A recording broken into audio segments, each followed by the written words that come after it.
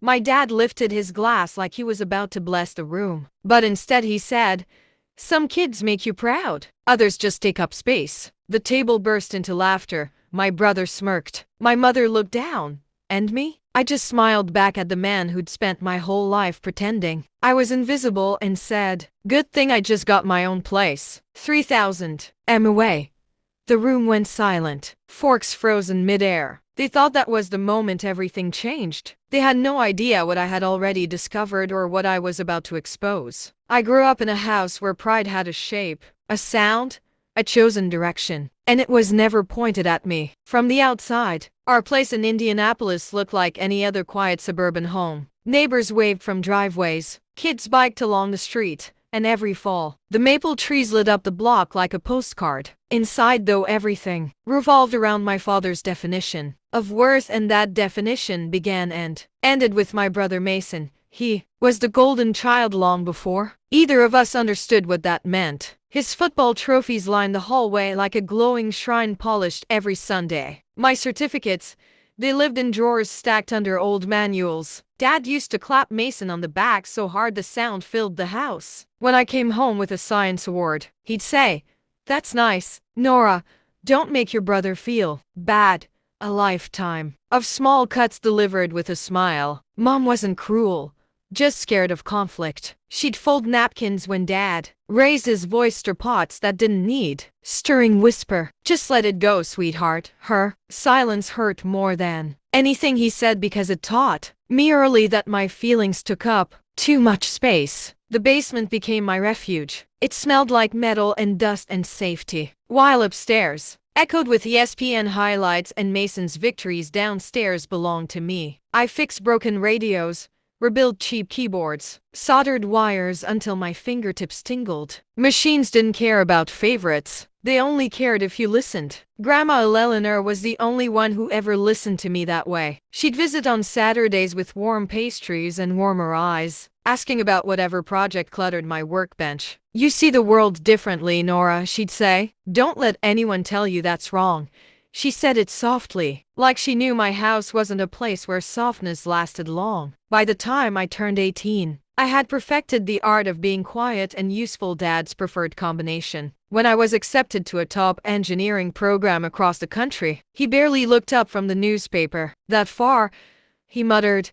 "Figure it out yourself." I did. I worked nights, saved every dollar, and boarded a plane with a backpack and a scholarship letter that no one had congratulated me for. I used to think distance would make him see me, but distance doesn't fix what someone refuses to look at. And that Thanksgiving night when he lifted his glass and said I took up space, I finally understood something. He'd never see me at all, but someone else was about to. For a moment after my father's toast, the room felt tilted like gravity had shifted, just enough to expose every crack we'd been pretending wasn't there. Mason snorted into his wine.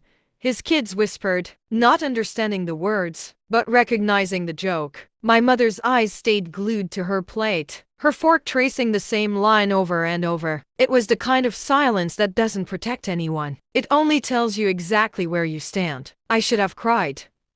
I should have argued. That's what they expected. Instead, something inside me clicked into place. Quiet, steady, undeniable. I lifted my glass and smiled. A real smile, not the practice one I'd spent years perfecting for their comfort. "Good thing I just got my own place 3,000 meters away," I said, letting each word land with the softness of a blade. Then I added, "Don't worry, you'll never have to make space for me again." Forks froze midair. A chair squeaked. Even the kids stopped whispering.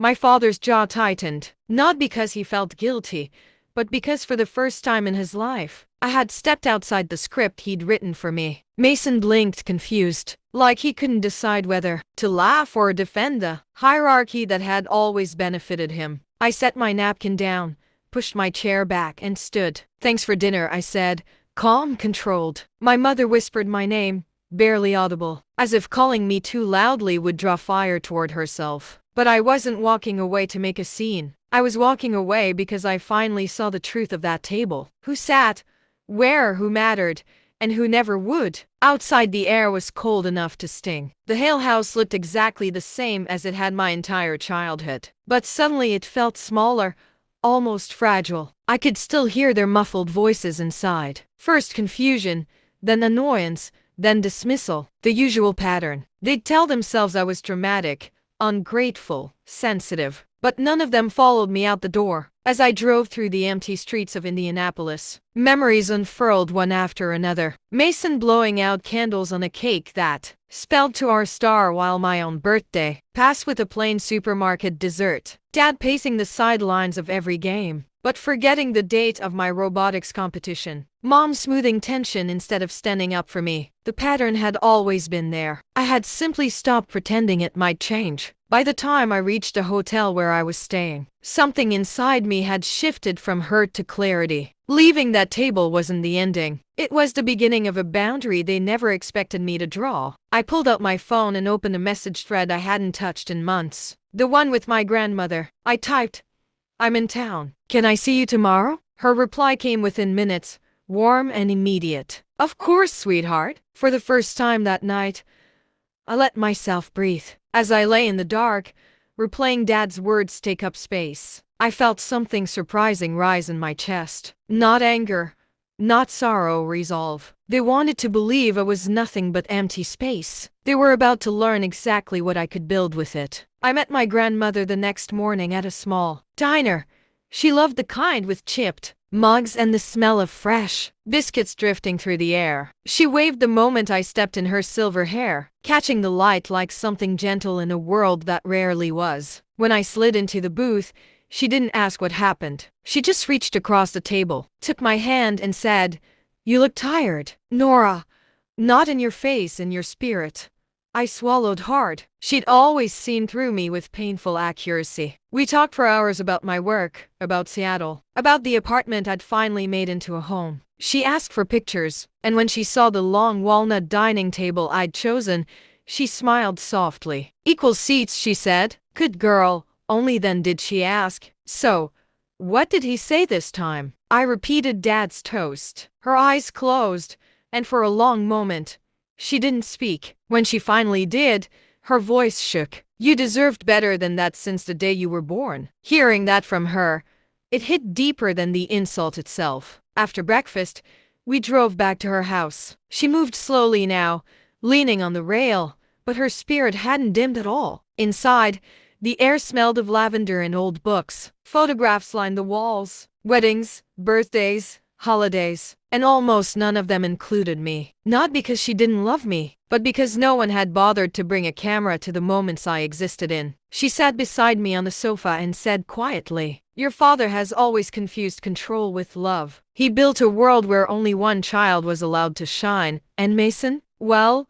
he never questioned the spotlight." I didn't have to answer. She already knew. That afternoon, as she napped, I wandered through her living room and noticed something on her desk. A thick folder of bills, payment statements. Nothing illegal.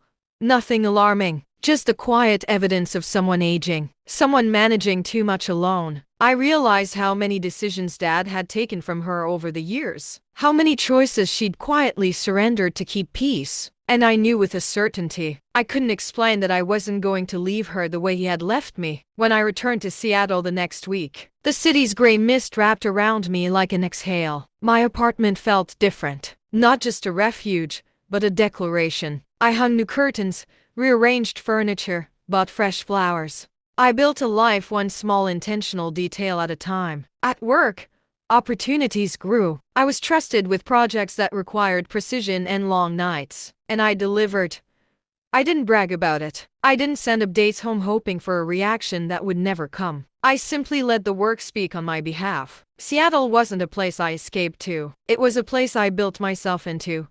During the holidays, I planned a Christmas dinner for the people who actually showed up for me. My neighbor who fixed my heater after a storm. My old professor who still sent encouraging emails. A colleague who once drove me to urgent care at a.m. They were a strange, beautiful mix of personalities. But when they sat at my long table, all at the same height, all treated equally, I felt something loosen in my chest. I didn't know then that the photos from that night, warm lights, Warm faces me laughing at the head of my own table would travel far beyond Seattle, far enough to reach Indianapolis, far enough to rattle the very people who had insisted I took up too much space. The call came 3 days after Christmas, right as I was cleaning up the last of the dishes. My phone buzzed with a number I hadn't seen in months.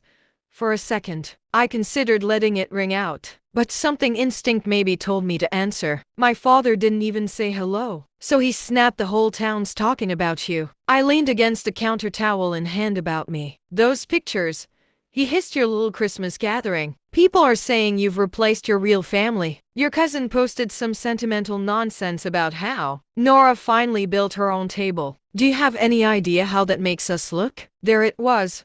Not concern, not curiosity. Image. I kept my voice calm. "I didn't post anything. You didn't have to." He shot back. "Those photos are everywhere. Your mother can't even go to the store without someone asking what happened between us." "That sounds like a question you should have answered years ago," I said quietly. The line went silent for a beat, heavy charged. Then he said low and controlled, "You embarrassed us." I almost laughed. Embarrassed them by having a warm dinner with people who cared enough to show up, by smiling in a photo, by not sitting at the kids' table forever. Before I could respond, I heard another voice in the background, a softer one, older. "Nora, sweetheart, Grandma." My throat tightened. "I'm here. I saw the photos," she said, her voice trembling with something that was not anger. "It looked beautiful, honey." Dad cut in sharply. "Mom, stay out of no," she said, firm and clear. "You've controlled this family long enough." It was like hearing glass crack. She continued, speaking directly to me. "You built something gentle, something safe. That's nothing to be ashamed of." I closed my eyes. "Thank you." My father started pacing. His footsteps were loud through the speaker. "You think you can just run off, make a show of independence, and act like we're the villains?" I opened my eyes. "Dad, you lifted a glass and told a room full of people that I take up space. That was a joke." "It wasn't," I said softly, "and you know it." He inhaled sharply, and suddenly his tone shifted, less bark, more bite. "You're coming home for New Year's Eve. We need to fix this." There was a time those words would have made me feel obligated, guilty. Not now.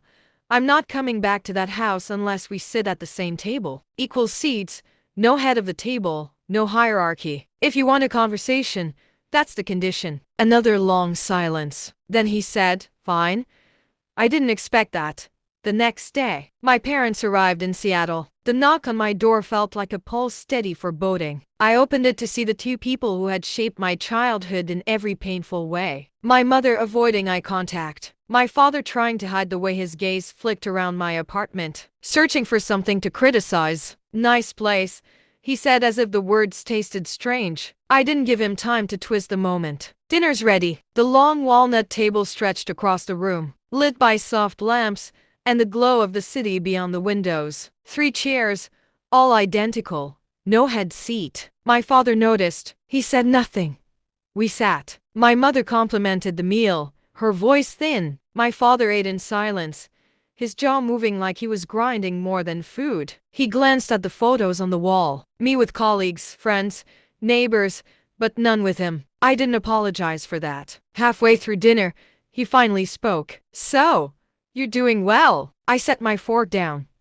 "I am." "And you didn't think to tell us?" I met his eyes. "You've never wanted to hear it." He looked like he was about to argue, but Grandma's voice from the phone call must have still been echoing in his head, because instead of exploding, he slumped back in his chair and exhaled. "Maybe we didn't do everything right." The understatement of a lifetime. My mother's eyes filled with tears. "Nora, we never meant to make you feel less." I didn't soften. "Not yet. Intentions don't erase impact." Dad's face tightened. "We protected Mason. He needed more." "He needed more because you handed everything to him," I said, "and I learned to survive alone." His mouth opened, then closed. For the first time, he looked small. I didn't attack. I didn't shout. I simply told the truth. The truth I'd been carrying like a stone in my chest for years. "You told people I take up space, but I built a life 3,000 meters away from you. I built my own table, my own family, my own peace." My father flinched,